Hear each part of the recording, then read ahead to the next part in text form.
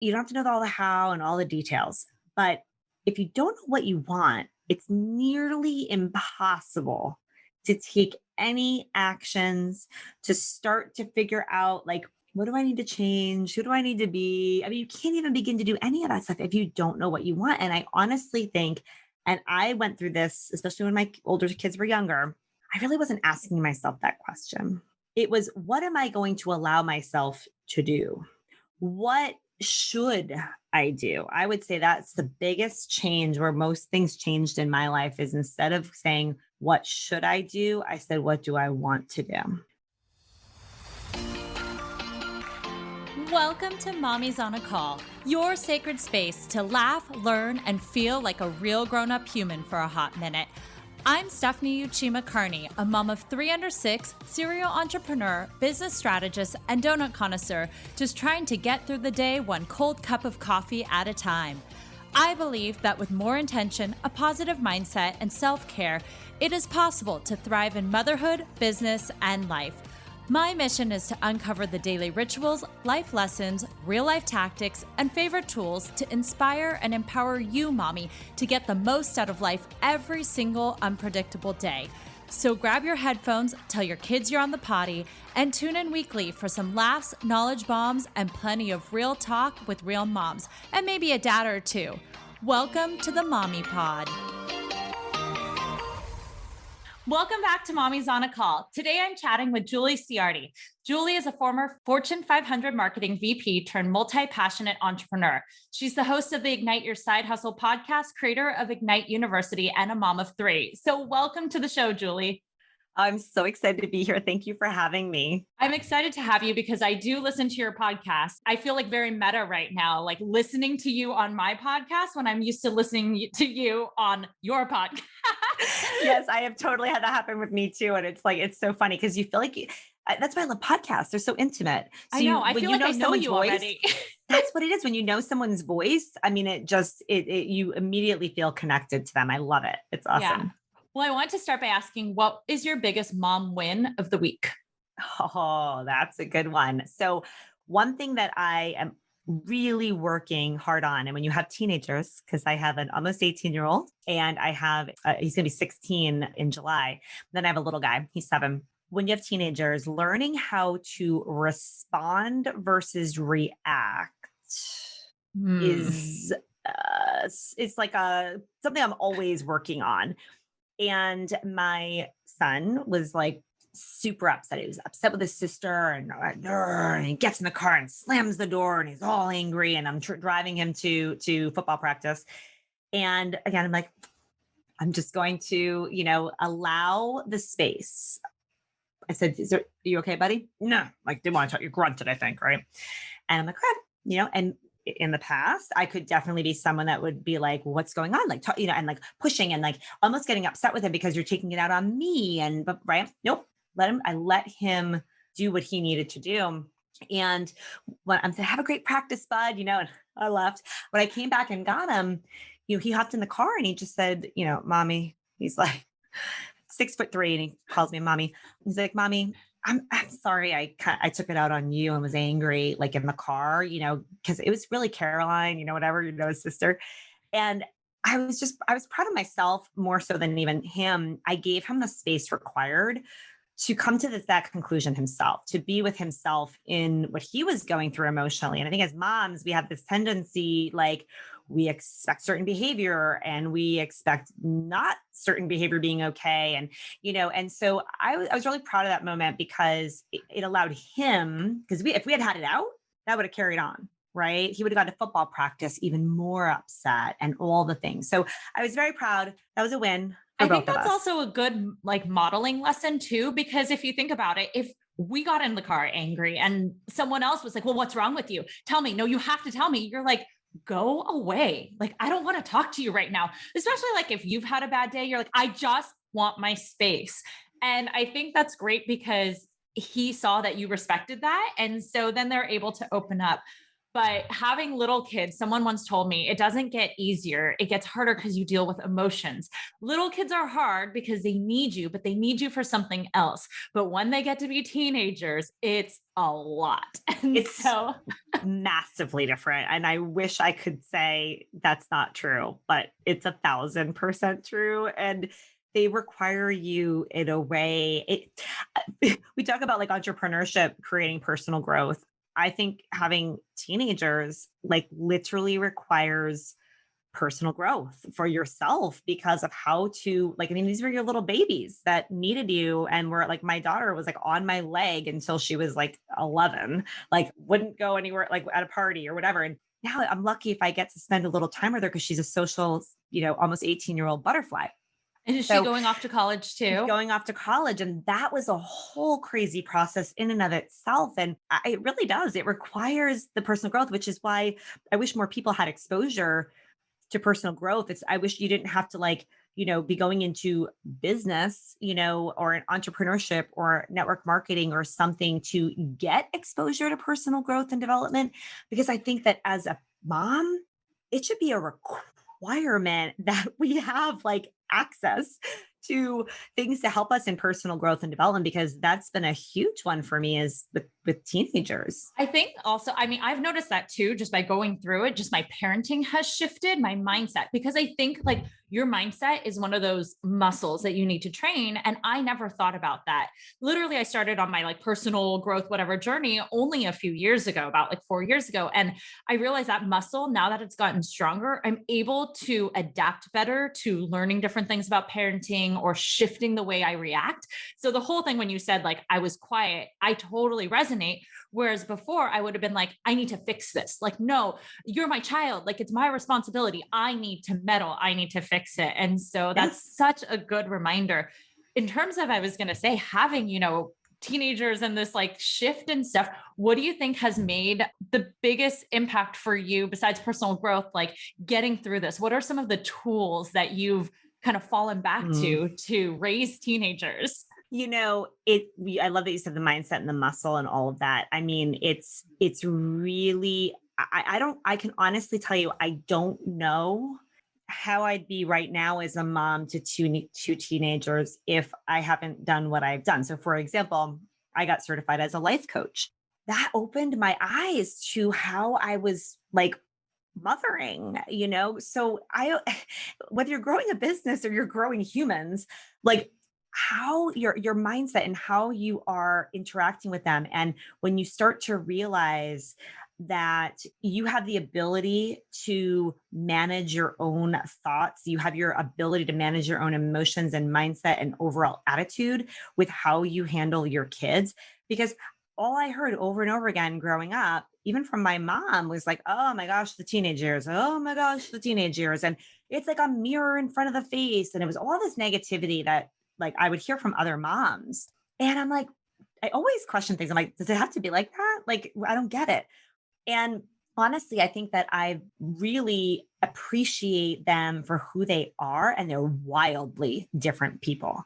So my daughter and son, they're 22 months apart and they're wildly different people. And I think that you've got to tap into this ability to treat them differently while not treating them differently, if you know what I mean, right? Like I guess I should say you're handling them differently. You're mothering them differently without showing love for them differently and Right. support, but they're wildly different. So I think that it requires a lot of awareness and a lot of taking a seat of being silent, like and observing instead of reacting. So it's this respond react thing that I was talking about. That is why it works really good with husbands too, by the way. I have to say, like pretty much the teenager's husband, it's all kind of the same. And maybe a tantruming toddler. So Yeah, he's the easiest one at this point. But it does, it's fascinating. I think the more that we understand our personal role in relationships, whether they're a relationship with your children, their relationship with your spouse, relationship with your job, your people, whatever, we have responsibility for all of it. It's not just how they're acting and they're being and all of those things. And so I think when you take on that responsibility, like okay, you know what? I'm responsible for how I react to these situations. I'm responsible for part of this relationship. I think you show up differently, And so it's been fascinating to watch my own personal growth with my kids, like, and how I mother them, if that makes sense. Yeah, it totally does. And on that note of saying you grew up hearing like, oh, the negative stuff about the teenage years, and you were saying like personally react in your own relationships and like take accountability for that. You also have the ability to manifest your own future and your own happiness instead of dreaming up this negative teenage years. You'll have the negative teenage years if that's what you think they're going to be, which I want to talk about in a little bit. But before we get Precisely. started, I want to step back a little and first give the audience a little bit of context about your family structure. I mean, we heard you have 2 teenagers and a 7-year-old, you said, but give us a little bit about the roles you and your partner or husband play in the relationship. Ooh, this is so good. And it really requires me to just go back a tiny bit because I'm actually divorced from my older 2 kids' dad. Ah, And it's so funny because you nailed it on the head when you said, okay, you get to decide how something plays out versus letting a circumstance play you out, right?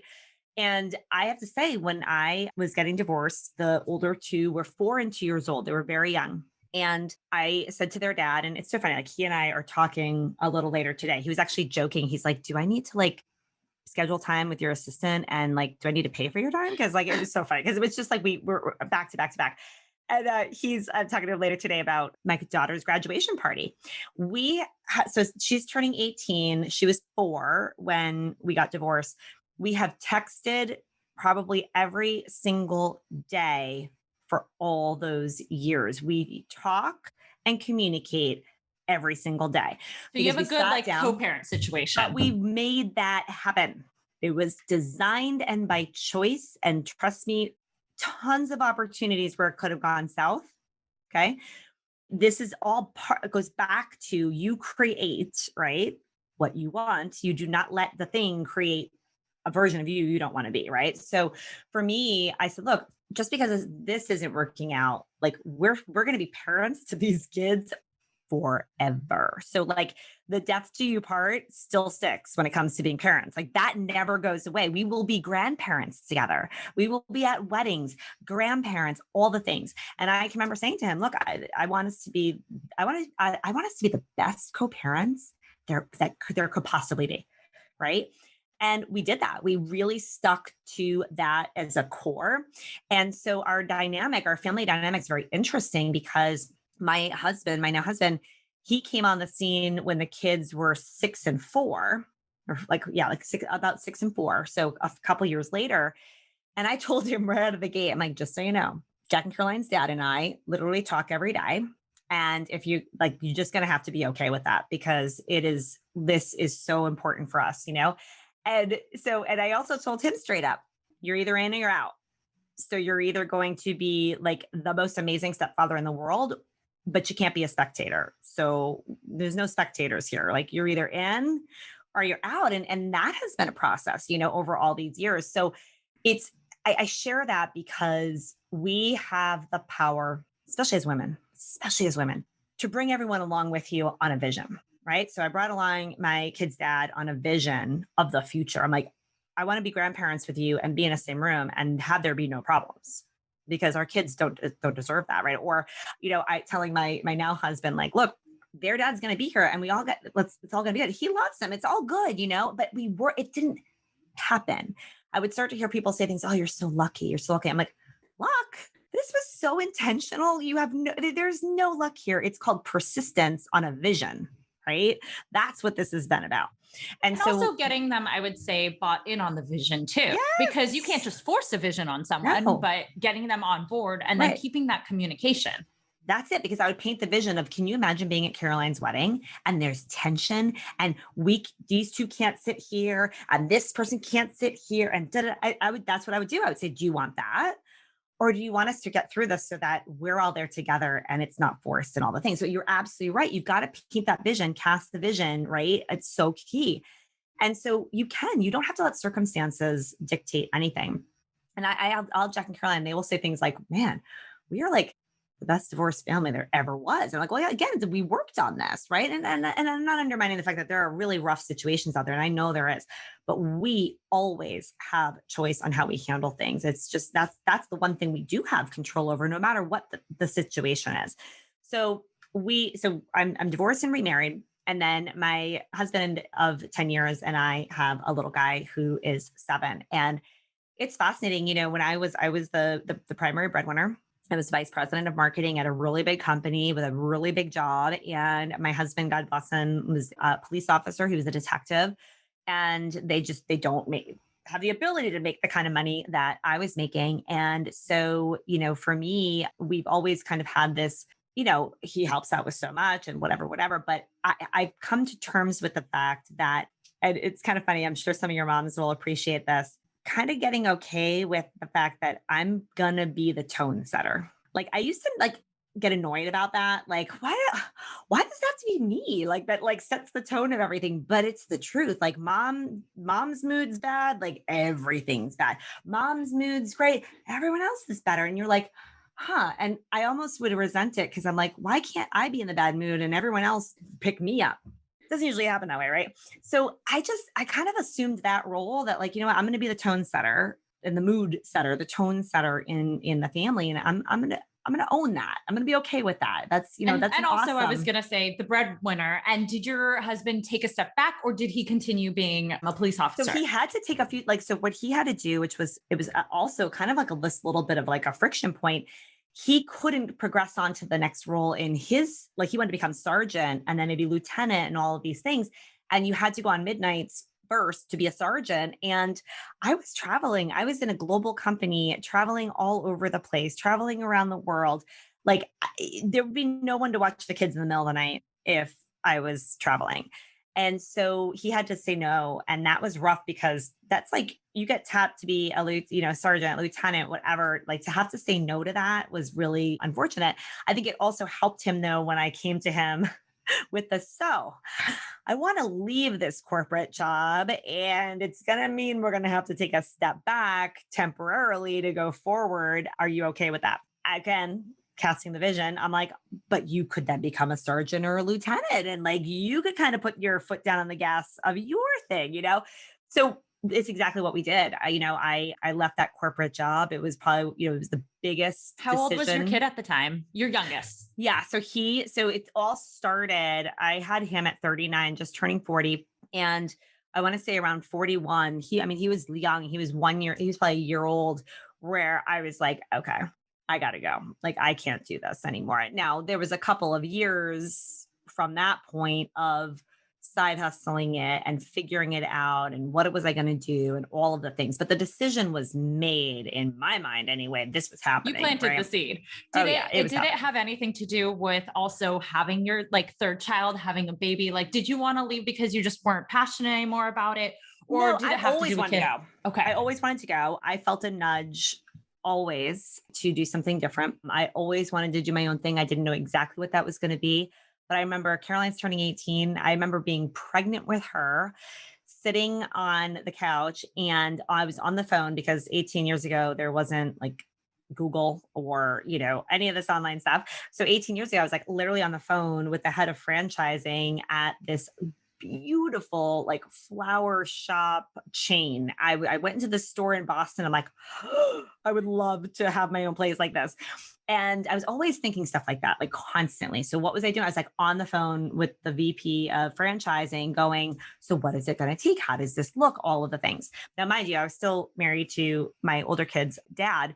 And that probably would have been the thing that ended up being the thing, because I would have wanted that. And that would have been really, I think he still breaks out in hives thinking about the fact that I am on my own with my own business. Like, oh my God, right? He's so supportive, but you know what I mean? Like that, because he's like, oh my God. So it's so risky, but so I had these ideas. I never went through with any of them. I remember I had entrepreneur.com before, kind of all this stuff, before there was like online anything, it seemed like.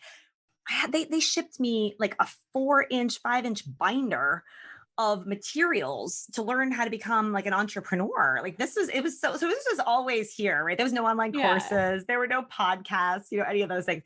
And it was there. Like I knew I wanted to do it. But what I kept saying was, I will do that when, right? So Mm. I will do that when the kids go off When to the kids college. are in school, when the They're kids are all older, the when yes, they, because of the riskiness. Honestly, it was really, financially, I just didn't see a path, and it was confusing. How are we going to do this?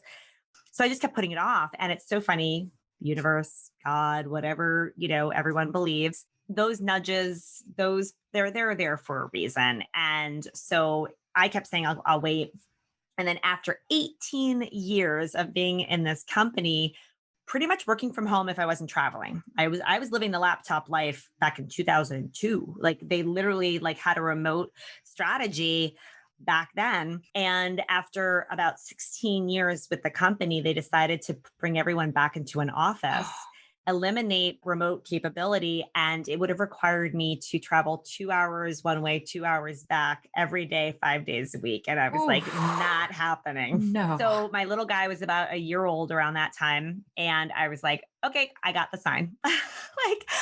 I got it, God. You want me to do something different, all the things. And of course, I still wasn't sure what that was going to be. And I started to interview at some more local places that were closer, and everything that I interviewed for, same kind of level, but it was like a third of what I was making at Fortune 500.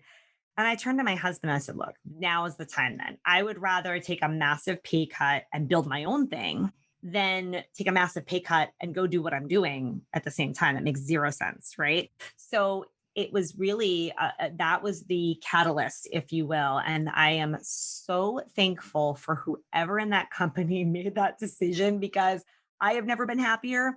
And wouldn't you know, everything with COVID and the pandemic and people being working from home, I can't even imagine how they wish they never changed that strategy, because they opened up offices in all of the most expensive cities in the entire country.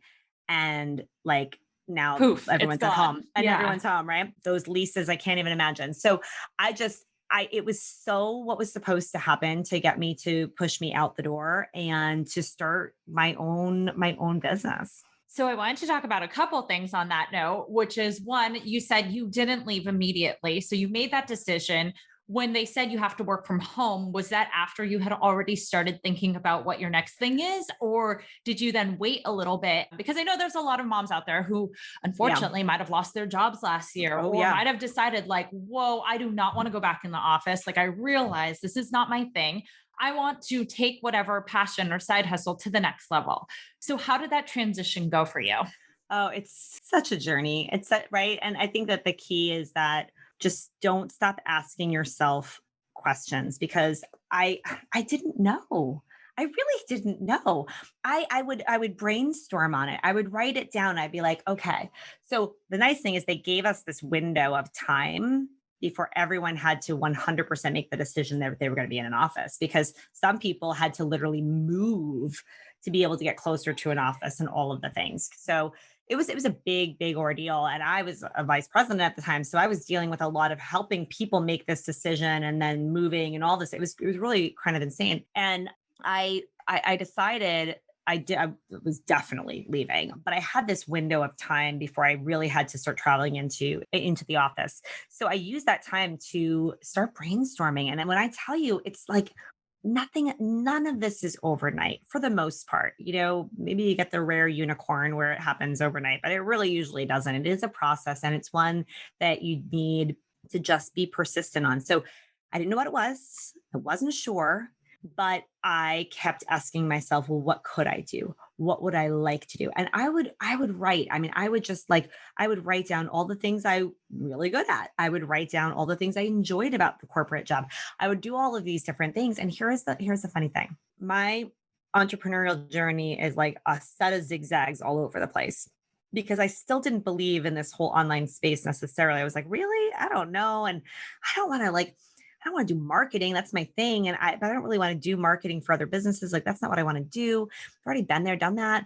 And I really didn't know. And all I knew was I absolutely loved fashion and clothing. And I loved making other women feel amazing. And I loved the idea of having my own brand and all of these things. And so I ended up actually opening a brick and mortar boutique, was my very first business. Let me tell you, I do not advise that being your first business. It was amazing. I had a blast. Did you know I was so anything proud. about retail or Zip. buying or Zero. anything merchandising? Zero. So much so that I had never actually even worked in a store and I've never taken a piece of clothing and checked it out. Like I never even had done that. But I was like, but I'm hiring people for that. Like I have this vision for it that it wasn't, I never had the desire that I was going to work in it as much as I was going to create an experience with it and all the things. And of course, what's the first thing I did? I hired a woman who was a boutique coach. I mean, you don't go this alone, right? I mean, I was like, oh, well, I have no idea. I have no idea how to buy. I have no idea how to price. I have no idea any of these things, right? So I worked with a coach to help me with it. And it was amazing. I brought that boutique to over $100,000 in sales within less than 4 months. We were really, it was beautiful. People loved it. But that wasn't the final destination, and I had people working in there and all that. Cause I was still at my corporate job while I opened this. So this was your side hustle. It wasn't like, I'm just going to, do a few coaching calls on the side, or I'm going to launch a blog. It was like, I'm going to open a brick and mortar store while having a full-time job. And 3 kids. Okay. Yes. And an essential. And 3 kids. Yeah. And an essential worker husband. Yeah. It was crazy. I look back and I'm like, if I can do that, I pretty much can do anything. But yeah, I opened that while I was still there. And here's the funny thing, right? So it was amazing. It was such an incredible experience. I got to create a brand and an experience from the ground up, employees and all the things. It was like entrepreneurship by fire, right? But, and I knew this going in, but I was like, well, but my passion will override any of that. I knew the profit margin was not going to be amazing. And it really was not. I mean, with overhead, rent, employees buying the stuff and everything. And I ended up selling the boutique. And I got to tell you, with everything that just happened with the pandemic, I was like, oh, thank God that I had switched gears a couple years ago. But I sold the online component. And it all goes back to manifestation, right? Because think about trying to get out of a 3-year lease. You've got all this inventory, you've got a physical space. Obviously you have expenses and cost of goods, all this stuff, right? And I was like, I just kept saying, I kept writing it down every day, right? I could follow what I do. I wrote down every day. Do you journal every day? Do you? Mm-hmm. Okay. Oh, yeah. Mm-hmm. And I wrote down every single day that I sell Haven Boutique effortlessly and easily to an amazing person that wants it. All of this happens with ease and calm. Okay. I wrote that down every single day, even when like people are like, what, you're selling it and you get what's happening. And you know what, when I tell you it could not have gone more that direction. Okay. I held a webinar to sell the boutique. I did. I swear. I'm not even kidding you. I was like, I'm going to use this online marketing stuff and I'm going to have a webinar. I had 25 people come to learn about the boutique, about buying it, all the stuff local. But I did it online to get people to come in to do it. And I ended up having a woman that bought the online component to it. So like the website and all the stuff, I pretty much sold every piece of clothing that was in there to customers. They cleared the store out. I had a couple of ladies who are amazing, who are about 35 minutes away, who were like, we really want to open our own boutique and all the things. And I'm like, well, if you want to come and buy any of the fixtures and the tables and the mannequins and all of that stuff, like feel free. They came and they bought everything. When I tell you that they came, they backed up a truck, they unloaded, took my store. All we had was my husband's pickup truck. We put some stuff in the back of that pickup truck, one trip. At the same time, I go to tell my landlord, I'm like, oh, let's see how this goes, and I'm telling the landlord is like, ooh. Yeah. And he goes, oh my God, this woman like just approached me because she wants to open a State Farm, right in this plaza. Like she wants to be in this plaza and there was no other openings. So I was able to get out, get my security deposit back. Like everything was fine. When I say it went simply, easily, and effortlessly, it did. Pretty awesome. But that's because I really believe that we can manifest these things. Now, of course, you have to take action. I can't just sit and write that and hope and pray that it happens. I went and I did a webinar. I actually came up with the idea like, hey, why don't you guys come just check out the stuff that I have and whatever. And they ended up taking everything. Like you gotta believe in the possibility. I think you gotta believe in the possibility of it. But then you have to take action. I think that's the most important key point is I feel like people learn about manifestation. And so they're like, I want to be a millionaire. And you have to ask, well, how? And then how are you going to do that? you might not know the way, but you need to take that step. You can't You just sit have to. there and watch Netflix and expect Right. it to fall in your lap. This is where imperfect action comes in. Like I love the book, The Secret, the movie, The Secret. It was all good, but they missed that core component, which is you do need to take action, right? It's the action and the equal reaction of you taking the action that causes the thing to happen. Like that's how it works, And so, just there's so much evidence in all of my life of how this all came to be. I mean, there's so many stories that I could tell you, even have how I left the corporate job. We don't have time to get into it all, but like literally also how it was manifested was incredible. Like where you're like, what? It's crazy. But it's because it really does work. It really does work. You've got to know what you want. Got to know what you want, and you got to lay that out there. So anyway, the next thing that I wanted was, my own coaching business. The one thing I was asked over and over and over again when I had the boutique and I was leaving corporate, how did you do this? How did you leave corporate? How? And of course, my mind's going to, oh, well, I can teach them the online marketing and the sales and how I started the business and how I built a brand and all these things. But that's just strategy. What actually was the how was in my mind, right? And so I decided that if I was going to be a coach and I was going to help women create things like whether it's businesses, whatever, that I had to be able to help them with their mind as much as I could help them with Instagram, And so I ended up getting certified as a life coach, and I continue to work on that growth for me as a coach personally, in addition to helping with the business stuff. So it's like, I like to say, like, I help people like create businesses and things that they want, but really from the inside out. It's this inner work that really is how it all works. And so I can honestly tell you that it was a bit of a challenge in making the transition because, again, had the little sidestep there with the boutique, and I was making anywhere near the money I was making in my corporate job. And it took a little while, obviously, to grow my coaching business as well. But it's so funny because I kept telling my husband, I'm like, well, everyone wants to know, well, what are you writing down now? Because it happens, So I'm like, well, I'm writing down every single day that like my business is making X amount a month and you get to retire. And he just retired in February and that's done. I was going to say a police officer in 2020. I don't. It was rough. And it was rough. It was rough. And he's a really good guy who does so much good. And so, he took a lot hard. And so he was so sad, and it was hard. And so, I was like, you're going to retire. It's going to retire. He's like, and at the time when I was saying it, he couldn't even see the evidence of how that was possible. But I kept telling him, like, oh, write it down. I'm taking action, writing it down, all the things. And he retired, and he's now becoming an entrepreneur. He is opening and doing some things with some guys that he's creating. So I absolutely love it. It's like the fact that, we get to make these choices. They're not easy choices. You have to take these leaps and believe when you have no evidence in front of you, but they're worth it. So I wanted to step back a little because you were talking about these women really needed the mindset, or like you did this because you manifested. There are a lot of people right now who are at stage one, step one, who don't really understand that. No one goes out and buys mindset. No one goes out and is like, yeah, I need to hire a coach because I need to work on my mindset again, because they don't even know what exists yet. So what are maybe some tangible first steps people can take before that in order to kind of get them? So if you're like listening to this and you're like, well, that's great. I want all this, blah, blah, blah, take the leap. Like, sounds so great. That's not how my world works right now. Yeah.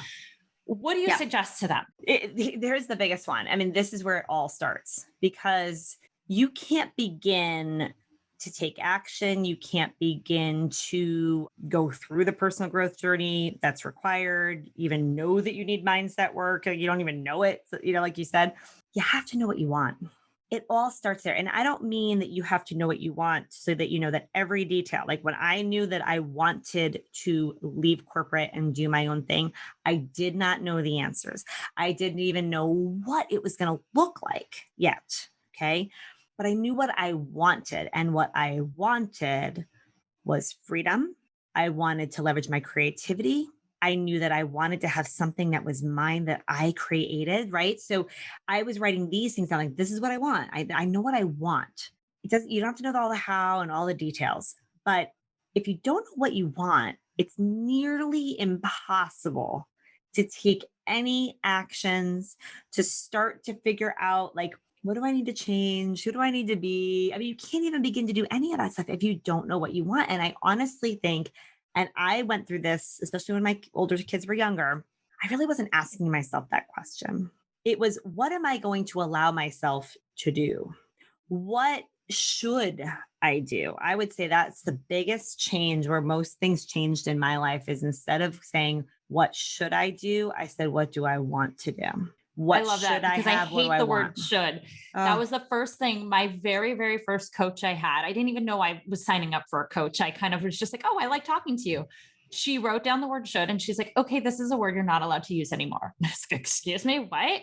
And she's like, you need to like take should out of your vocabulary. I was like, okay. And I never realized how much I actually said that. we live it. Yeah. We don't even say it. We live it. Like should is our beliefs. And our beliefs come from the culture that we're in, how we were raised, all the things. So when it's in my mind, I should work at a safe quote air quotes corporate job. I should be responsible for the lifestyle of my family. Like I had like the weight on my shoulder, like, well, I should, right? So it's like these beliefs. I always think that should is another word for these deeper beliefs that you have.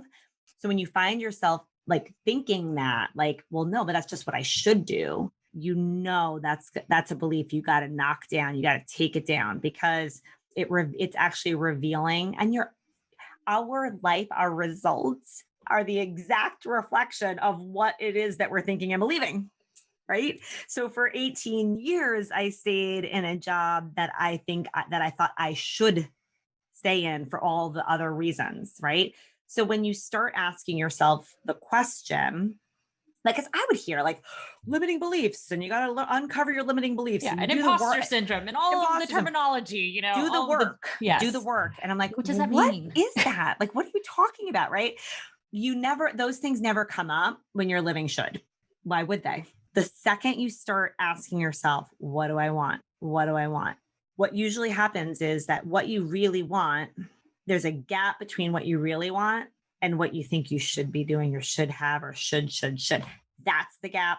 That's where the limiting beliefs are. That's where the mindset stuff starts to happen. But you can't even know that that gap exists if you're just in the should and you don't even know what you want. So the thing that sets it all off is when you really ask yourself that question, what do I want? And I think And I not what my liked kids want. I Well, like the definition of your want too, because I think in our heads we think, what do I want? Like I want, and they're physical things. Like a lot of times we think the yes. want has to be tangible, physical, like I want to live in a bigger house or I want X versus like the feeling. And I think that's important because not a lot of people dream of the feeling, the freedom, the how would you feel? And that is the true want and the driver. And so I like that definition. It just puts so much perspective on things. Well, you know what I would say? As you brain dump it out of what you want, have it be both, right? So when I think about what I want, there's some elements to it that are absolutely physical and financial and that kind of thing. And then all that emotional. Like, how do I want to feel? What do I want my day to be like? When I wake up on a Monday morning and my eyes open up, do I want to get out of bed and do the thing that I'm going to be doing that day? And like, I think Steve Jobs is quoted as saying that, he every morning he would look in the mirror and he would ask himself, do I want to go and do the thing that I'm about to do today? And this is what he said, that if his answer was no for more than a few days, he would change something. And I can remember going through decades of waking up every Monday morning. Actually, we usually start on Sunday night, and the Sunday night blues would start, and I wouldn't want to go into the next week. And I'm like, oof. And I'd wake up on Monday. And I wish I had seen that quote way earlier, because I was like, whoa, I went through decades of that. I'll tell you right now, I don't Sunday nights, Monday mornings, like I'm ecstatic to get into the week, right? But that's because I made those decisions. So I think when you really sit down and you ask what you want, you got to really be honest with yourself. And it cannot be What do you think your husband wants? What do you think your kids want? What do you think your parents would want you to do? What your best friend, right? Like it can't, you have to tap into want. That's where it all starts. That's so true. And then on that note, I think for moms, we don't ask ourselves what we want often because we're always busy doing things for other people. And so on that note, on like say the self-care side, doing something for you and making time for you, is there anything you do daily just for yourself? Yeah, I get up an hour earlier than everybody. What time is that? And so it's funny. I used to try to force myself to be 5 o'clock in the morning, but now I do 6 o'clock. It's usually around 5:50 that I get up. I was trying to force it. And I'm like, a should came up for me. Oh no. But like the biggest entrepreneurs, they all get up at 5 a.m. The 5 a.m. club. I should get up. Should. Why am I saying that? I don't want to. So what do I want to do? I like to stay up a little later into the evening and get things done on that end of the day. So I'm good with 5:50, I like feel getting like up. I resonate so much with that. Right? I keep telling Right? myself, I was like, I should get up at 5, but I'd rather work till midnight or Right. like, So you gotta that's like me. the should. The shoulds come up even in entrepreneurship, right? So what I do is I get up around 5:50 and grab my coffee. I drink water first, then coffee. And it's my time to do that little bit of work where I do some journaling. It's nothing crazy. Okay. It's nothing crazy. But what I do is I have kind of like my top 10 dreams that I love. And I have that printed out and like a vision. Like it's actually like a vision. It's pretty long. It's like on like a PowerPoint kind of thing. And I read it and it's like my life, maybe 10, 15 years from now and what that looks like and all the things. And I allow myself to really think about that. And I do some journaling and then I do some planning. I kind of say, okay, like I kind of know what my day looks like. What are the top 3 things that I really need to make sure that I'm accomplishing today? And I just starting the day off that way with coffee, the dogs, me doing that. Like I would, when everyone else is getting up and the chaos starts to, unfold with school and 3 kids, I'm calmer. So that is something that I really need to do for myself and for where I want my life to go. Yeah. Well, thank you so much for all of that. That was I have so much to unpack there. But I wanted to wrap up by asking, what do you think is the superpower you gained once you became a mom that makes you better at business, life, whatever that might be? Oh gosh, it's like there's so many things, but the thing that came up right when you said that was I used to be a worrier. I really did. I would like think of worst case scenarios with stuff and all the things. You cannot live in that space when you have kids because if you're always thinking worst case scenario, there's a lot of bad things that can happen.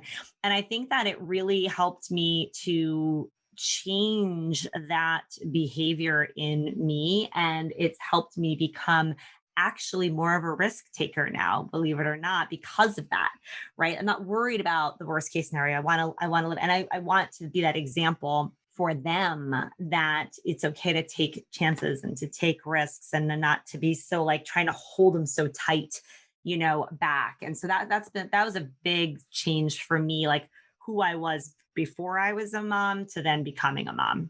I think that's also why moms are the best entrepreneurs. I still Totally. hold to that. Well, I thank you agree. so much for everything today. Where can we find you online? Yeah. So, I mean, I love hanging out on Instagram. I have people that help me on Instagram because where the company's at, but I answer my DMs. So if if any of this resonated, definitely follow me on Instagram, DM me. I'd love to hear your takeaways or anything you want to ask further that maybe we didn't unpack totally because we could go on and on. I think we could probably talk all day, you and I, that, to do that there for sure. And then I have a free Facebook group where I go live every single week talking about this stuff. And it's called the Ignite. Actually, by the time this airs, we're changing the name. So it's the Ignite Squad. It's just the Ignite Squad. And it's free. You can join it and, get some more goodness of how to create a life that you love. And then also tune into your podcast because you'll get some great insights there too. Yes. And it's so funny because the name's changing on that too. So all you got to do, yes, yep. But it's Did you just change it or no? Well, a little while ago I changed it, but this is why I love entrepreneurship. The more you know your person, who you want to serve, how you want to serve her, you should be evolving. Like it's just part of the thing. Should. So it's should. I just shitted on you. Yes, you totally did. That's so funny. I love that you called that out. But I want to serve my person. And I realized that I started to realize that the word hustle was not fitting some of what I want. And I'm going a little broader. So actually I'll say it now because by the time this comes out, it'll be done. It's called Ignite Her Mind. Ooh. Yeah, because it's the mind. This is where it all begins. And I want to really start getting people to awaken and to see and get ignited on this goal, these dreams, this want, all of the things. And so really excited. So definitely check out the podcast. It's just changed to Ignite Her Mind. Oh, I love that. I guess that totally resonates too, because like hustle, I mean, yes, you do have to hustle in life. You have to, but that's kind of like a given. But yeah, it has a little bit more of that like masculine kind of like hit the ground running kind of thing. Yes. So I love that Ignite Your Mind. It's very opening and freeing. So, well, great. Thank you so much for joining today. Thanks so much for having me. Thanks for all that you're doing for moms. It's so, so powerful. And thanks for all that you're doing for women too. Thank you. Thank you so much for listening to this episode of Mommy's on a Call. Your support means the absolute world to me. You can find the show notes for this episode and other goodies over at mommysonacall.com. And if you enjoyed this episode or have gotten value from the podcast, I would be so grateful if you could head on over to Apple Podcasts and leave a rating and review so that we can reach and empower more moms all over the world together. Thank you so much again, Mommy Pod, and I will see you here next time.